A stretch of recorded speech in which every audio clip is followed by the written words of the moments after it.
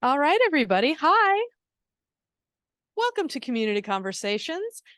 We are going to wing it a little bit here. So our speaker is a little bit delayed. We are keeping an eye on that. And when the time comes, I'm going to get the heck out of here and let somebody new come in and talk who you actually wanted to see. But in the meantime, I'm going to talk a little bit with Chris here. So my name is Courtney Shaw, and I'm the facilitator of the Community Conversation series. I am the one who usually introduces everybody. Today, I'm going to allow Chris to do the introductions once Sasha LaPointe gets here. But in the meantime, I will introduce us to Chris Tower, who is a language and literature instructor here at LCC and is also running the Northwest Voices program. So would you tell us a little bit about Northwest Voices? Well, Northwest Voices is a program that brings authors from around the Pacific Northwest here to our campus and community. It's in partnership with the Longview Library. So that's why the reading this evening is at the Longview Library. And it's a program that's been around since the early 2000s. I've been just recently took over the directorship of it and looked into the history. Apparently, from what I can tell, our very first author was Ursula K. Le Guin, who is actually a very well-known name around here and in Portland. I was so excited when I moved out here 6 years ago because I hear she hangs out places. I thought, oh, I might get to meet her. And then she promptly passed away. So I went to her memorial, which was really cool. And they had one of those dragons from Chinese New Year where, 20 people get underneath it and they all like process. And it was really cool. But that was very sad. So wow, excuse me. We're at give me a sec. Okay. We're very excited to have Sasha LaPointe here for the program. Our next author, if you are willing to come back, and I hope you are, is on November 9th. Sarah Marshall, who is basically a celebrity from what I understand in Portland, and does a podcast called You're Wrong About. And then she co-produces another podcast. So I can't remember the name of. Do you know that? I think it's just called You're Good. You're Good. It's focused on film analysis. Film analysis. Yeah. Okay. And that's November 9th. And so this fall, we're doing something a little different in our partnership with Community Conversations, where what we'll call the day of residency for the writer begins with a community conversation in which we just have a chat with the author, which we will do when she gets here. She did text me a while ago. She was stuck in traffic, but that was a while ago. So and then it'll be the same thing with Sarah Marshall. And then so immediately follow a workshop. And we always have the writers do some kind of a workshop. But the workshops are very free and open. So all people are invited to attend. You don't have to be a writer to attend the workshop. I have no idea what it's going to be because I never prescribe what the authors do. Some of them don't present a writing activity. Some of them just talk. And the last one we had in the spring, there was just like a discussion about what's funny in fiction. But other authors, will go through a bunch of things, tell you about writing, tell you what they know about writing. Some have PowerPoints, some don't. And then sometimes there's a short activity and then people are invited to share, but there's no pressure to share. So, that's why we try to encourage everybody to attend. It's usually a really nice event. And then we always have some kind of a reading at the Longview Public Library. That one tonight is at 5:30. And I encourage you to attend that as well. We're really looking forward to it. So let's see, what else can I say? Did I not say that? Thank you for asking. The workshop is immediately following this community conversation. We decided that since some our instructors indicated they would bring their classes, and I have some of my students here from my classes, since we're reading Sasha's book, Red Paint, in our English 101 classes, that we would stay in this room immediately following the community conversation. We'll take a short break, and then the workshop is scheduled to start at 12:45. For no more than an hour. All of these events are 45 minutes to an hour. So does that cover it? Yeah. Would you like to tell us a little bit about Red Paint? I would. So it just won a Washington State Book Award for best nonfiction work for 2023. And apparently, and I was going to ask Sasha about this, but apparently there's other awards as well. Pacific Northwest Book Award, which I assume is different than the Washington State Book Award. And it was NPR Best Book of the Year this year. So that's pretty cool. And it's also available for purchase at the LCC bookstore. So if after all of this, you're like, I need that book, you can head over to the Student Center and the bookstore is in there and you can purchase a copy. And it's not expensive, $16.95. A bargain at twice the price. There you go. And primarily that's because I required it for my English 101 students, so they were purchasing it. But what we did yesterday in class was generate a bunch of questions. So I did a little free-form discussion with them and then asked them to generate questions. And while we were talking about that, I realized that because I listened to it twice now via audio, I'm a big audiobook nut, and Sasha narrated her own book. And so that makes it a little more special when the author narrates their own book. But as I was listening, which is usually in the car or, hey, perfect. Okay. Hey, guess what? Somebody better suited to talk about this is here, and I'm going to step aside now. So thank you all for your tolerance. Hey, no, it's okay. Oh, do we need this one too? One for each. Oh, totally fine. Oh, I like your jacket. Thank you. All right. Do you want to clip on or do you want to hold this? Okay, great, cool. All right. Hi, I'm Chris. Sasha, Nice to meet you. Have a seat. Thank you for having me. Hey, thank you for being here. We're so thrilled. We were just talking about you winning, a Washington State Book Award, which I totally stole your image off Instagram. By the way, I was going to talk about this in a minute, that Sasha has an Instagram feed if you want to follow her on Instagram. Yeah, I want to ask you about that. But I was literally just saying, and I was going to switch to this for the rest of the time. Just so we have something behind us that looks official. But I was just saying, you also won a Pacific Northwest Book Award, which I assume is separate. Yeah. And NPR Best Book of the Year. Yeah. So Wait, what was this one? I thought I saw online. I thought via your publisher that you won NPR Best Book of the Year. Yeah. Yeah. Okay. Wow. No, I It's still didn't very imagine it. surreal. Yeah. So are there like ceremonies for these awards? I mean, or any kind of other, maybe, like how did, what happened? For the PNBA one, unfortunately it was during still lockdown.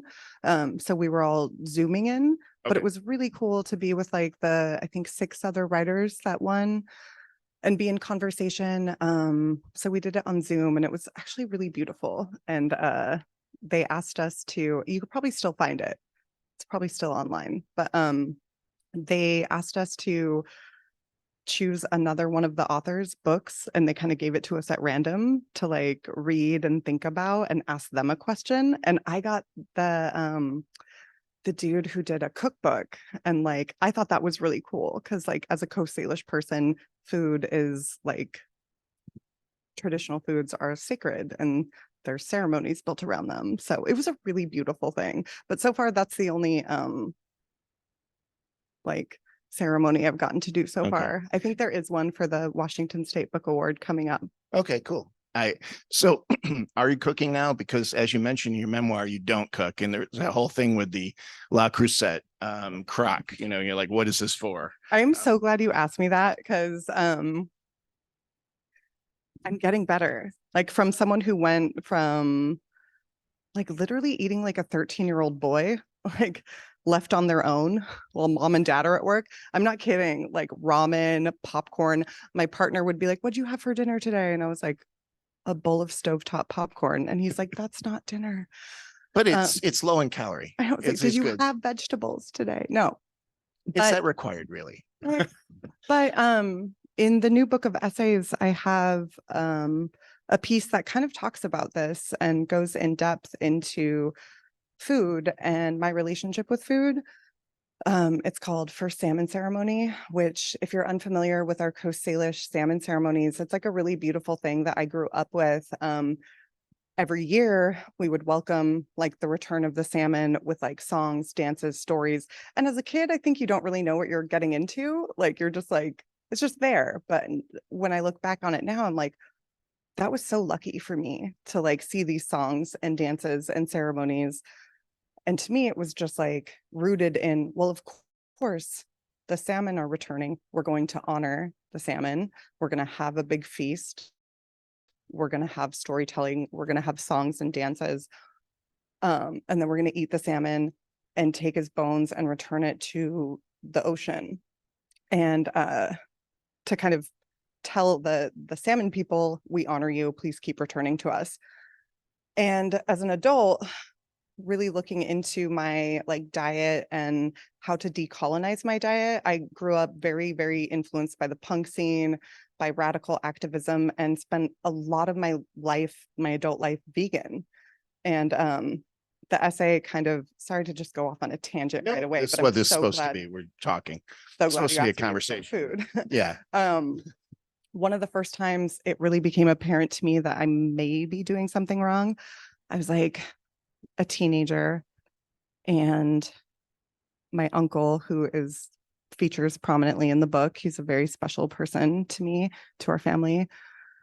One Christmas, he was like, all right, kids, I've got all of your presents out in the trunk of my car. And we were like, okay. And this is our like artist carver uncle. We were like, so we followed up, lined up in the snow outside of his car.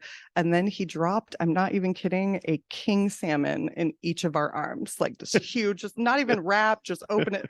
And it was really beautiful. And I was like, you know, dropped it to my cousins, then got to me. And as he dropped it into my hands, I go, Uncle, I'm a vegan. He looked at me and he was like, he's a stoic dude. He was like, what kind of Indian are you?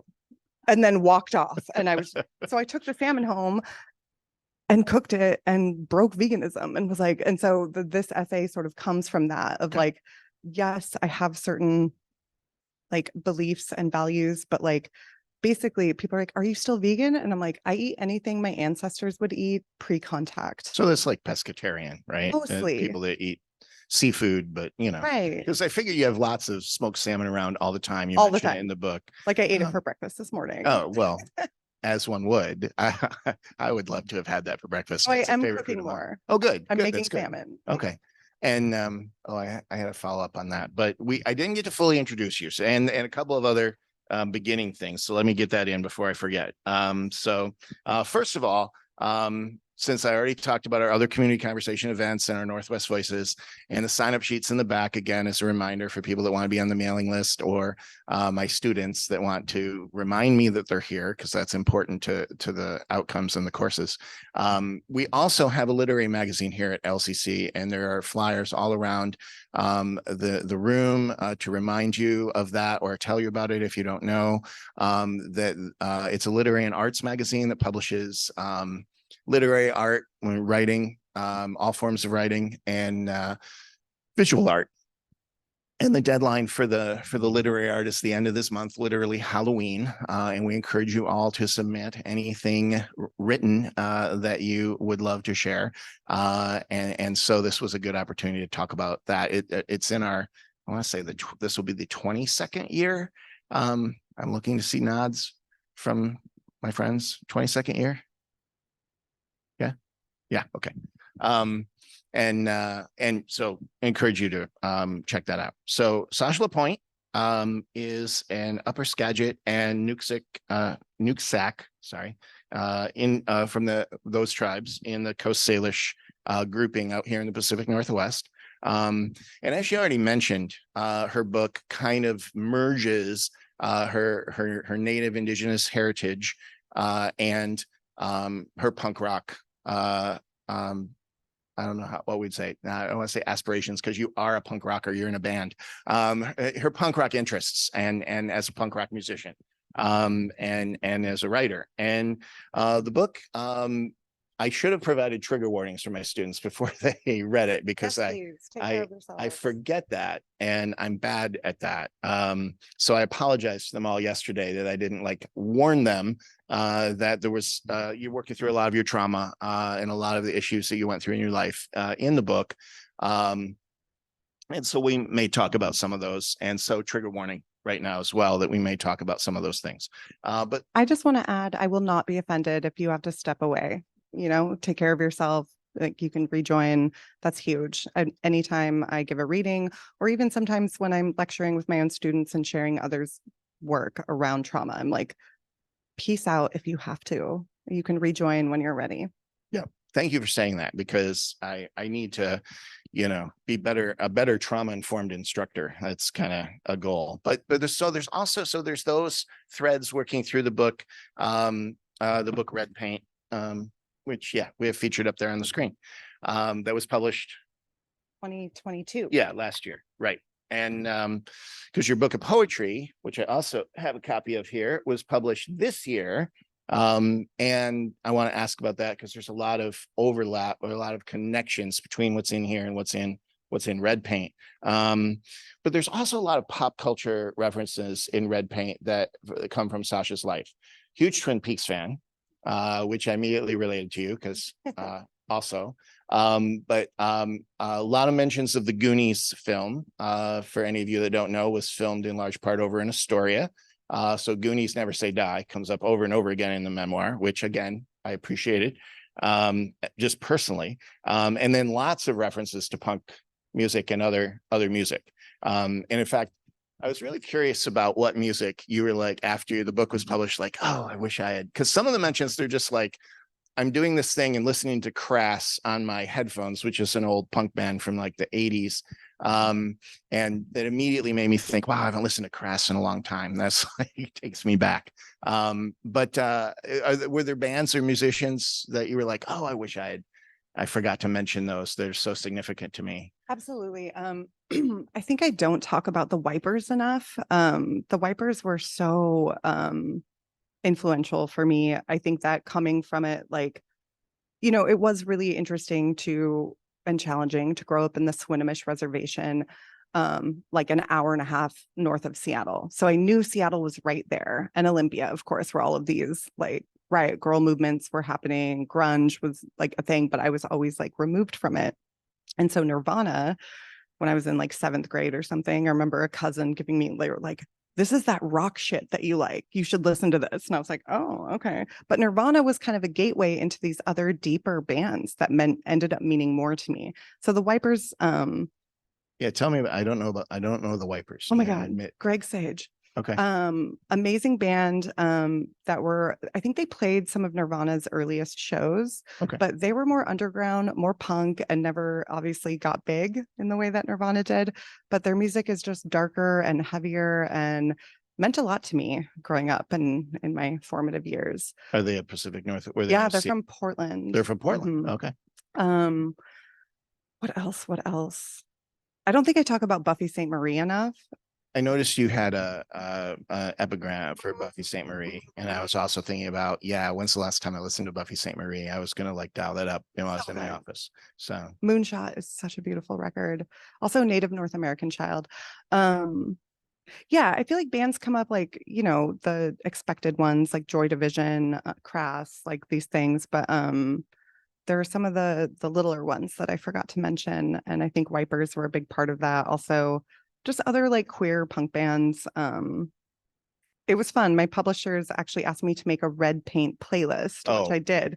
So it's on Spotify. Oh, it is. Yeah. Okay, we could find that. Yeah. Okay, I'm going to be finding that. I think if later. you Google Red Paint Sasha LaPointe, it'll come up. I don't really use Spotify, so this will actually get me to, I've used it like twice in my whole life. But this kind of opens up the subject of your next book, which is going to be published in March, which is a collection of essays called Thundersong. And apparently you're going to do a lot there with this intersection between art and community, but particularly music and how it relates to Indigenous people, and what I read online, claiming the strength of their heritage and defining their role in the contemporary world, which seems to me what you're doing in a lot of ways in your memoir as well. So can you talk about what that's going to be? I could give a preview.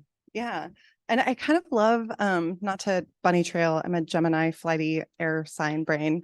But I like what you said about recognizing the similarities between rose quartz and red paint, because to me, and my editor hates it when I say this, but it's true. To me, rose quartz and red paint are the same story told in a different language, right? like same timelines, it's going through the same things, but it was really freeing and really like kind of gave more agency. I don't know if folks here dabble with multiple genres, but I do, and I highly recommend it. I feel like when we lock ourselves into one genre, we're like putting ourselves in a box. So if you write fiction, if you write nonfiction or lyric and hybrid, like that's so cool. And I'll talk a little bit about that in my workshop. But anyway, switching modalities, like I was freed me up in a way to talk about certain parts of red paint that I wouldn't have told in a traditional prose way, if that makes sense. So thank you for noticing the similarities. Well, yeah. So how did that work? So did the poems happen and then you're like, oh, this should be part of the memoir? Because the memoirs, the chapters are all very short and they're kind of like these little vignettes, you know, that you kind of tie together chronologically very well. But I noticed that so many of the poems are directly, you know, like connected to those scenes. So how did that happen in the composition process? Were you writing them at the same time? Kind of. It was really interesting. Like I finished the failed manuscript, which I think that I will also talk about in my craft talk. Little Boats deserves mention. I feel like we live in a culture, especially as artists and writers, that don't talk about failure enough, and failure is so important. So I'm constantly referencing that first failed manuscript. When I left grad school, I had like 480, some ridiculous amount of pages. You'll see it in a dorky slideshow that I'm going to share. But when I finished that, I had gotten everything out, but like not in a way that had real strength or story. It was kind of just a sad catalog of everything that had happened to me, to my ancestors, to the women who came before me. And so I took a big break from that. And like during that time, publishers and agents were interested in it. They kept being like, ooh, send us the first 30 pages. And I would, as like a recently graduated baby from IAI, I was like, oh my gosh, this happened again and again though. They would read the first 30 pages, then be like, okay, we're interested. And then they'd read the rest and be like, you know, not for us. This isn't the story. And that's hard. Like I have a deep respect and admiration for fiction writers and world building, but when it's your own life and your memoir and they're like, we don't really love what's happening here. It's like, what? I can't put a dragon in it. Like this is my life. Although that would be cool. It would be cool. And so that happened for like my first year out of grad school, and I took a big break from it. And during that time, oh wait, I'm sorry, I got a double MFA. So I had 1 year of poetry where I got to work with the incredible Joan Nevaeh Kane. Poetry fans, she's amazing. She's a Inupiaq poet who writes in both English and her Inupiaq language, and it's really stunning. We got to work together for a year, and she knew all of the stuff that was going on. She was like, yeah, people are interested in Little Boats, like cool, but like maybe like we're focusing on poetry. What are the poems coming out of this? And so I started it there, and then graduated and was still kind of going through it with like people interested and then bailing and being like, ah. So I took a huge break from like any kind of memoir or like traditional narrative, and was bartending, waiting tables, joined a punk band, went on tour, and like poems really started coming out of me. And so all of that kind of led to what would become Red Paint. So they were happening together. So you know, because kind of end on the Medusa Stair. So the punk band that Sasha eventually becomes part of, and still is, from what I can tell online. Yeah, more on that. Is called Medusa Stair, and they go on this tour. But the book ends on this song that she writes about earlier in the book and has started. And so that was like a birthplace of a lot of the poems that end up being in Rose Quartz. Okay, so I have another question about poetry though. So just for context, I've always read poetry to my students. So every day I read a new like poem of the day, usually. Sometimes very short fiction, but it has to be very short because I don't want to spend a lot of time on this because we have to you'll learn how to write academic essays. That's what we're there for. And so I wanted to read one of your poems. And so I was flipping through Rose Quartz. I was trying to pick a poem. And as I was getting ready for this talk, I'm doing some research online, and I find this online magazine I think from your school called As Us. And there were a whole bunch of poems there, but none of them are in Rose Quartz. So were those early poems? Yeah. Those were the fun, still in my undergrad, like fresh baby years. As Us was a really good friend of mine, Christina. We lived together. Oh my gosh, that just took me back. Like, I'm never surprised in interviews anymore. And I'm like, oh, you found As Us. Well, you So just good. Google. Yeah, I It didn't wasn't know that hard. it was a thing. It was on the first page. Yeah, so I think my friend Christina started that, and those were, yeah, in a very innocent, pretty little boats time. But and I read Goodnight Ophelia, which was the Mm. very first one on the page. And it references, your miscarriage that took place in red paint. And so the students, all my students are reading that red paint. So we were able to talk about that. And so that predates your college years, because I was always trying to figure out the timeline, I also unless that's something else. I don't think that it references the miscarriage. Oh, so maybe that's something else. Like, I haven't looked at that poem in years. I don't think I have it with me. It's some darkness for sure. Right. But There was grief on the bathtub. The bathtub is a river, and then there's grief on the tile floor, and there's a body. Yeah. And so I just thought it seemed very connected to what's in red paint. But I feel like it's very ominous in a way that because I think in 2014 I hadn't gone through the miscarriage yet. Okay, so that was But I 2014. think hot tubs, bathtubs have just been a dangerous place for a Coast Salish woman survivor. Right. There's a lot there. So it certainly isn't referencing the miscarriage, but it Okay. is referencing content warning, like suicidal ideation and like thoughts of harm for sure. Well, maybe now in retrospect, though, it seemed really connected to that. And there seemed like imagery that was directly related to what's in the memoir. So, and I hunted on the website to see if I could get a date and to try to place it in time. But that's also my issue with the memoir, to try to figure out, is you drop little hints about your age or the year, but I don't have a clear chronology to, so does the memoir take us up to right before the pandemic? Because it seems like Medusa Stair went on tour 2019, 2020. Mm-hmm. And that's at the end of the book. So, and I kind of love, ending red paint like on this wacky, wild tour with a bunch of like new chosen family. Taryn was this punk icon in the Seattle area, and she just happened to show up at my party and was like, "We heard you did spoken word. Do you want to be in a band?" And I was like, "Are you what? Yes, are you serious?" And she was like, "Do you have anything we could look at?" I loaded her up with zines. I was like, "Here's everything I've ever done." And then it sort of ends abruptly after that, like, which was really beautiful. Like, the journey that happens after red paint was us touring across the country, touring down the West Coast, touring several times, playing like the Anarcho Book Fest in Berkeley.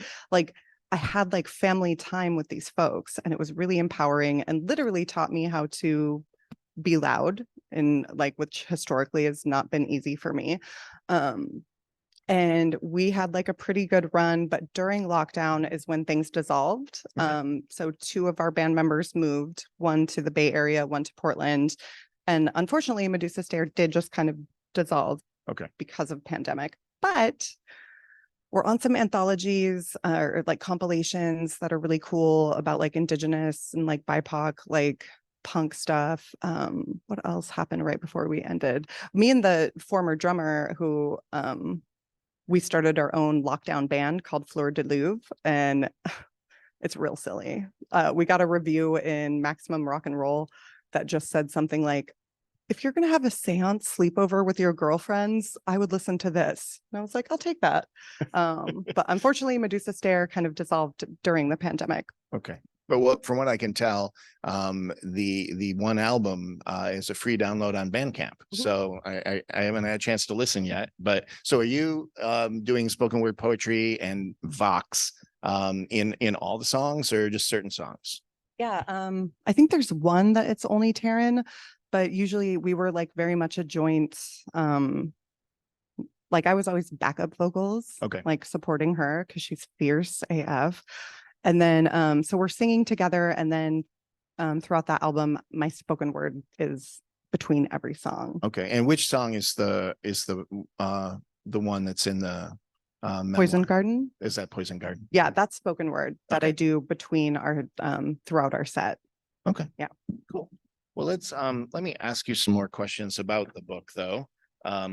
Because you know, my students in particular are interested in that, but I listened to it twice on the audio, and I thought it was so great that you narrated your own audio. So FYI, if you're interested in consuming this wonderful book, it's under 5 hour memoir audiobook. And I read it to you Yeah. with my mom. It's so intimate and weird if you're into that. And so one of the themes that I noticed that comes up throughout the book is this idea of consciousness and unconsciousness. And there's lots of out of body experiences that you describe. You even have an emotional blackout at one point where you black out and then you wake back up again. There's a drowning scene. There's all the fainting. You describe yourself as a ghost after your miscarriage. And then there's the kind of setup at the beginning with the do we call it a song, Aunt Susie's song, the salmon song, about waking from a dream but having always been here, this kind of interesting paradox. And so can you talk about all those things or any of that in your book? Yes, I'm going to take off my jacket because this Okay, is a lot. please do. In fact, I want to get my phone out of my pocket. I get another robocall from Michigan that they don't understand I live here now. Okay, wait. So that was layered, and I want to start with Yeah, I know there's a lot there. Sorry. I think it's a beautifully crafted question, because the Aunt Susie song came throughout my wrestling with little boats. I became what my tribe calls spirit sick. When I went to the doctor, they were like, yo, you have really bad PTSD. I was like, oh, cool. But in our tribe, it was described as something different. And my mom took me to medicine workers when she first started realizing that this was happening. And so this was like a long, hard journey, right? Of being like, what's going on? I spent time wearing heart monitors so they could track they didn't know why I was fainting and losing consciousness, which was really scary, obviously.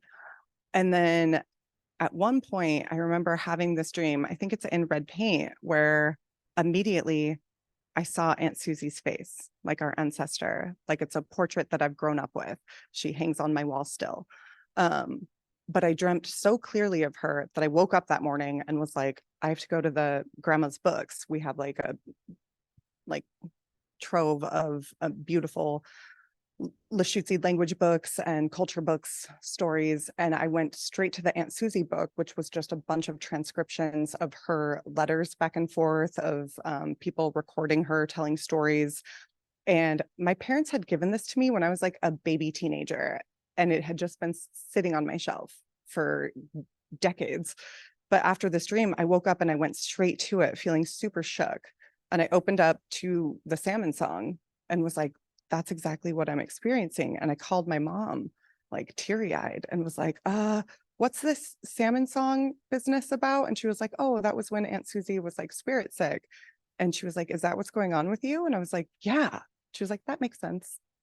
Well, because don't the salmon take her soul and then return it? That's like the line of the, you know, so is that a lot of what you have going on in this book with all of these different events, you know, the drowning, the emotional blackout, the ghost, all that kind of stuff? Yeah, like to me, and how interesting, you know, this woman who lived, you know, generations before me was experiencing the same thing. But yeah, this idea that I think what she was talking about was disassociation and trauma. And then what happens and what is really beautiful in her song, she comes back and is like her grandmother saying, you did not just arrive, you've been here Right. consistently, which means that it was like the first recording of her experiencing spirit sickness. that was eye-opening and so grounding and healing for me, because then I feel like I could get control of it. Like I was like, this is a thing that happens when you've been traumatized or gone through something. And now I'm able to, like, I know that my ancestor was able to come back. I can come back. And so that's why it's at the very beginning of the book. But for and I know this from talking, give a little context again from with my own wife, who's an Indigenous person, that her ancestors seem to be kind of like overseeing what's going on in her life and will send her signs and portents, So do you feel like this was, because this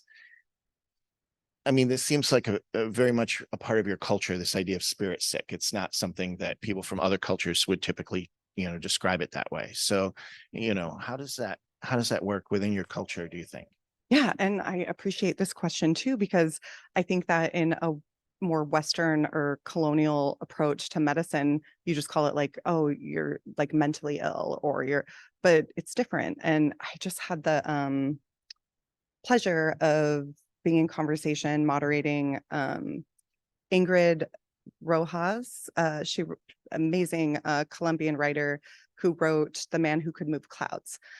And there were a lot of similarities and intersections in our work. It's this memoir that she's diving into a memory of an accident she was in where she experienced amnesia for weeks at a time. And through looking back into her own lineage, found that her mom had fallen into a well when she was 8 and also had amnesia. And before that, her grandfather was curandero, like a healer.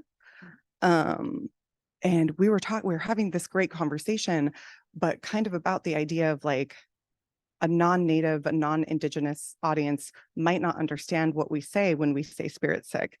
And she had this really good example where she's like, yeah, throughout the writing process of this book, I was having to ask my parents constantly, what about this? What about this? And there was one moment where I think her sister, sorry, I rabbit trail a lot. That's perfect. Gemini energy, apologies.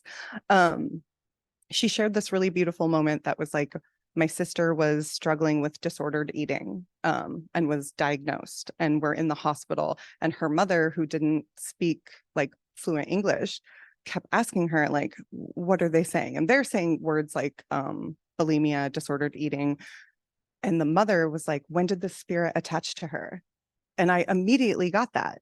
Like, these are things that as Indigenous people, like, there's a reason I was fainting. There's a reason, and it can't be like clinically diagnosed. It's like spirit work. And so it was hard to write a book about it, but also like so important to be like, I remember the doctors after like EKGs and doing that weird treadmill test, and they're like, nothing is wrong with you.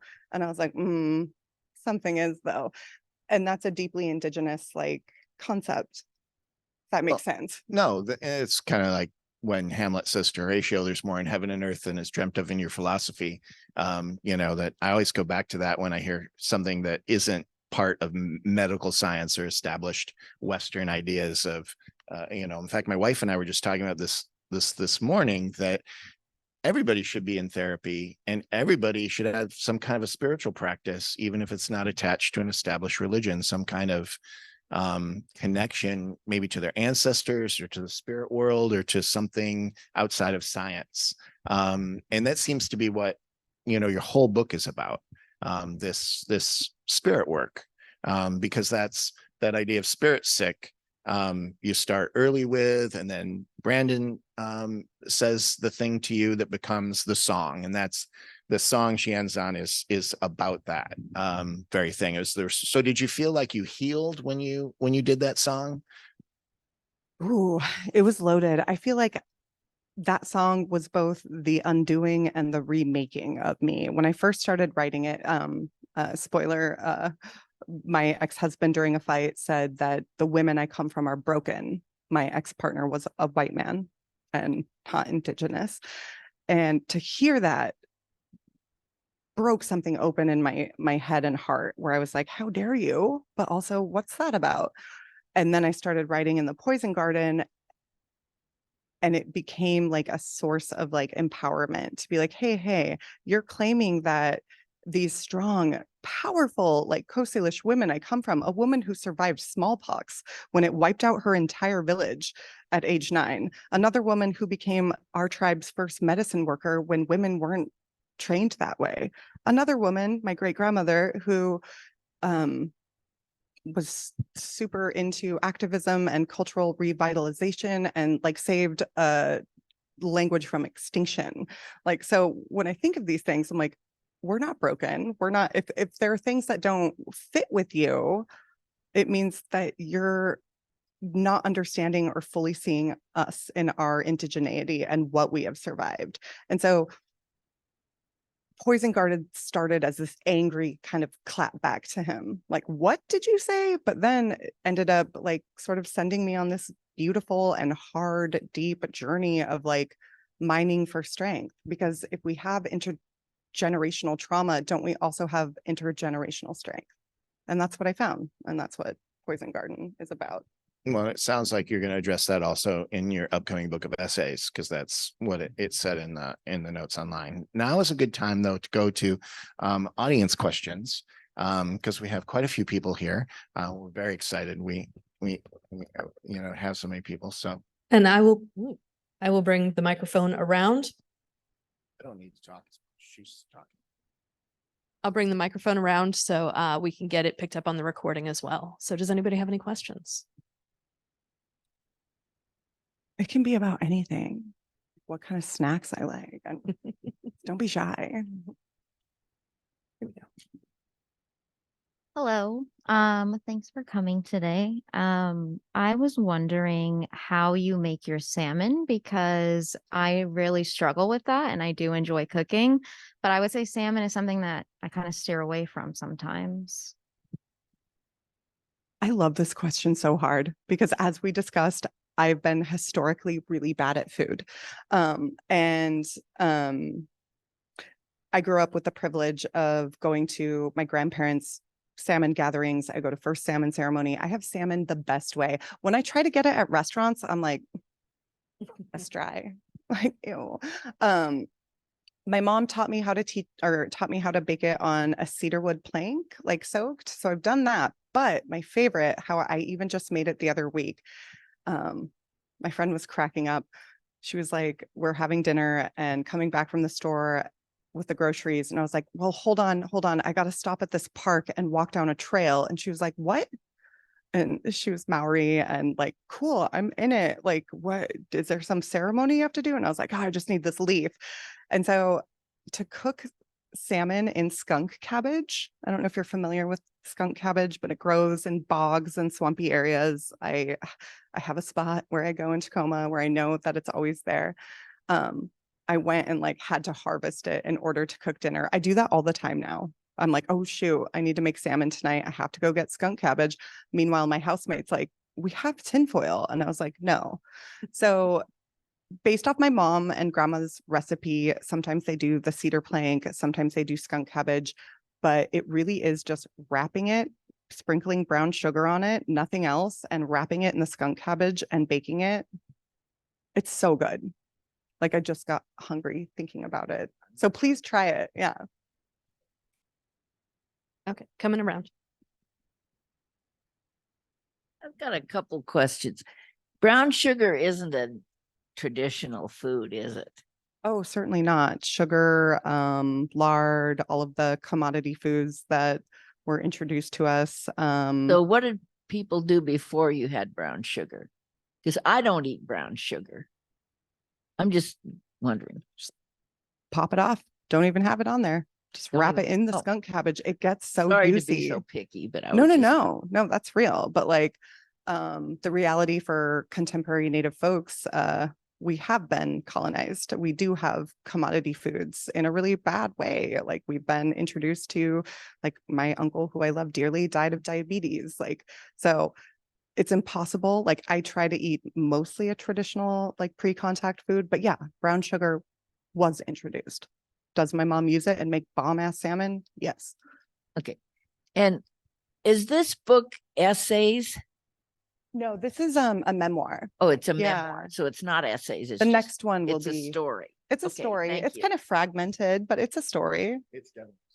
Yeah. But yeah, the next book coming out in March is a series of essays. And then Mhm. other questions. I know my students wrote questions yesterday, so this is my opportunity to really pressure them. We did a I'm getting there. whole Put 'em on the class spot. activity. And they know I encourage them to act. Thank you. Ethan. Okay, so this is slightly more serious, but how do you think your spirituality or the way that you were raised into that culture helped with your trauma and the things that happened to you? That Yeah, is- I'm with you. That is a beautiful question. And um, to be honest, it helps every day. Like I burned cedar last night for reasons. Like when I connect and go to my altar and go to my ancestors, like it helps me. Like one of the most important lessons that I learned from my former professor, Melissa Phoebos, who, if you haven't read her and love nonfiction, she is a god. She's written Whip Smart, Girlhood, Body Work. She's an incredible writer. But one of the things she called me out on in that first failed manuscript of Little Boats was, this isn't your ending. What are you doing? This is like a cheap shot. Like, because I did in that first failed, like I tied everything up in a neat, tidy bow and was like, I'm fine now. I was not fine. And she was like, in just her asking about my ending, because I ended on the wedding and I was like, everything's great, right? No, it certainly wasn't.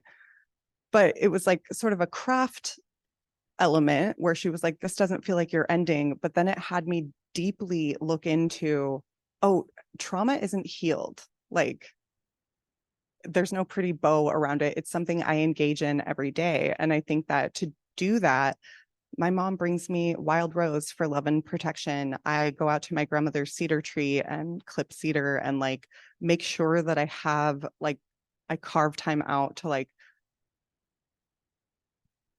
engage with my spirituality because it's a process. I hope that answers your question. To follow up on that, you mentioned a lot of things that are very tied to the land and the Pacific Northwest specifically, like the cedar tree, like salmon. Do you feel lacking of that when you're traveling, when you're away from the area?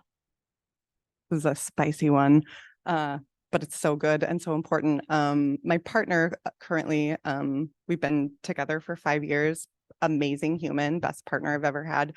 They live in San Diego and I live in Tacoma. And a few years ago, they were like, move in with me, like big romantic gesture dinner, like, please move in with me. I love you. And I was like, no. And they were like, wait, what?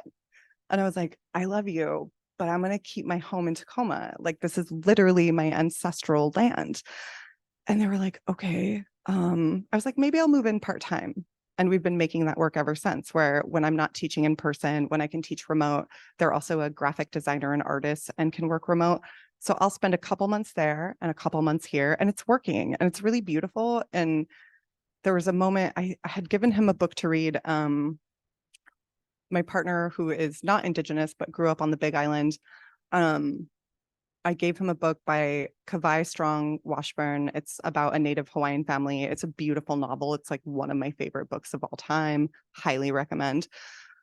But my partner was reading that book shortly after will you move to Southern California with me? And I said no.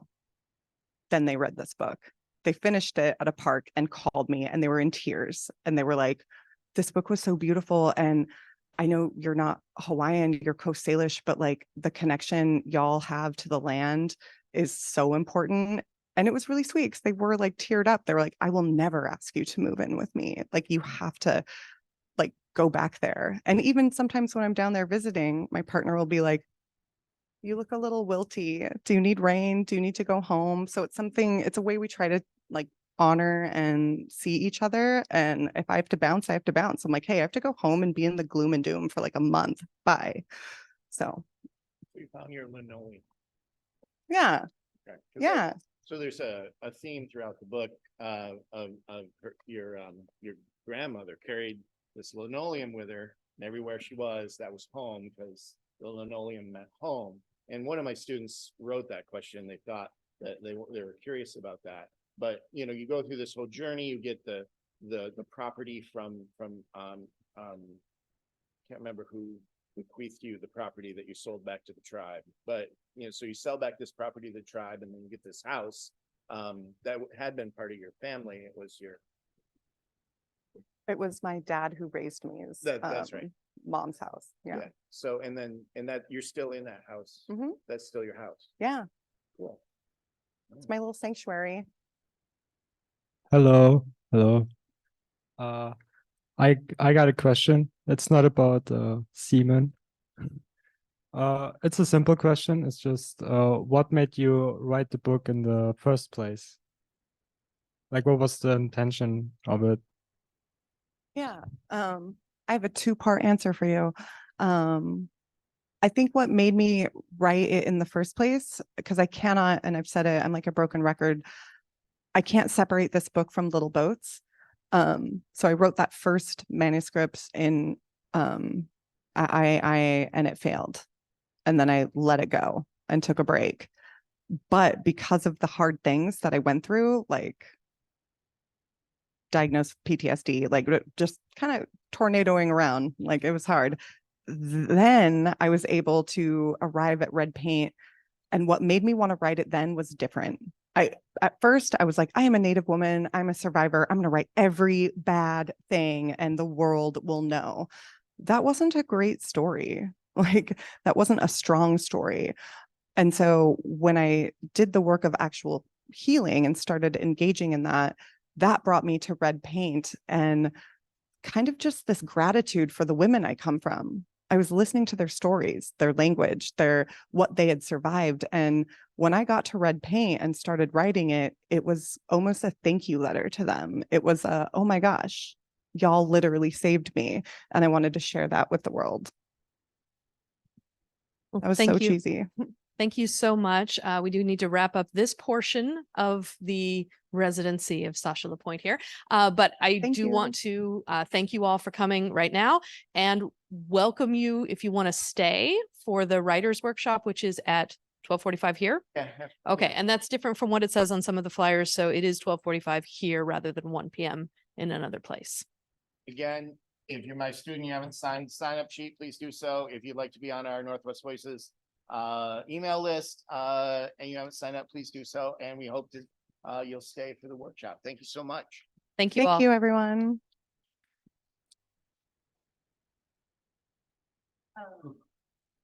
Is there, so I'm doing it in here. Yeah. Oh, Yes, we can put it. I have like an ancient